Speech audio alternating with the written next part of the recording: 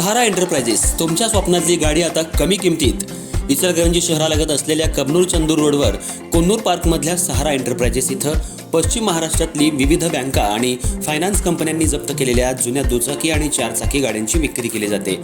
Showroom किमतीपेक्षा 25 ते 50% कमी दरात, उत्तम स्थितीत आणि संपूर्ण कागदपत्रांसह त्वरित डिलिव्हरी. दुचाकी 20,000 पासून पुढे तर चारचाकी 50,000 पासून पुढे. आपल्या पसंतीची कार किंवा बाईक आता अगदी परवडणाऱ्या दरात घेऊन जा. विश्वास, पारदर्शक व्यवहार आणि उत्तम सेवा हेच आमचं वैशिष्ट्य.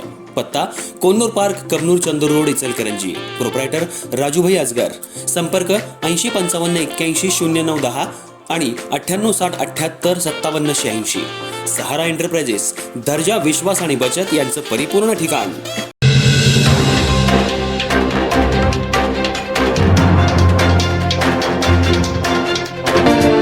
इचलकरंजी शहरालगत असलेल्या रांगोळी गावात एका हॉटेल व्यावसायिकाचा धारदार शस्त्रानं निर्घृण खून झाल्याची धक्कादायक घटना काल रात्री उशिरा उघडकीला आली. यात शुभम कुमार सादळे, वय 32, राहणार काळमवाडी वसाहत, रांगोळी असं खून झालेल्या तरुणाचं नाव असून या घटनेमुळे संपूर्ण परिसरात खळबळ उडाली आहे. शहरी आणि ग्रामीण भागात गेल्या काही दिवसात गुन्हेगारी घटनांमध्ये लक्षणीय वाढ झाली आहे. विशेष म्हणजे गेल्या 15 दिवसात परिसरात तब्बल 3 खुनाच्या घटना घडल्यानं नागरिकांमध्ये भीतीचं वातावरण पसरलंय. काल रात्री किरकोळ कारणावरून शुभम सादळे याच्यावर धारदार शस्त्रानं वार करून त्याचा निर्घृण खून करण्यात आला. दरम्यान शुभम सादळे आणि त्याचा मित्र संकेत देसाई हे दोघे जण रांगोळी गावातून काळमवाडी वसाहत जवळच्या स्मशानभूमीजवळ थांबले असताना दर्शन कांबळे, सागर माने आणि अन्य एका साथीदाराला मोटरसायकलवरून घेऊन शुभम सादळे याला तुझा चुलत भाऊ प्रदीप कुठे आहे, त्याला फोन करून बोलवून घे म्हणत शिवीगाळ करायला सुरुवात केली. यावेळी शुभम सादळे यानं कारण विचारलं असता दर्शन कांबळे याच्या बहिणीला बंड्या नावाच्या मुलानं पळवून नेलं.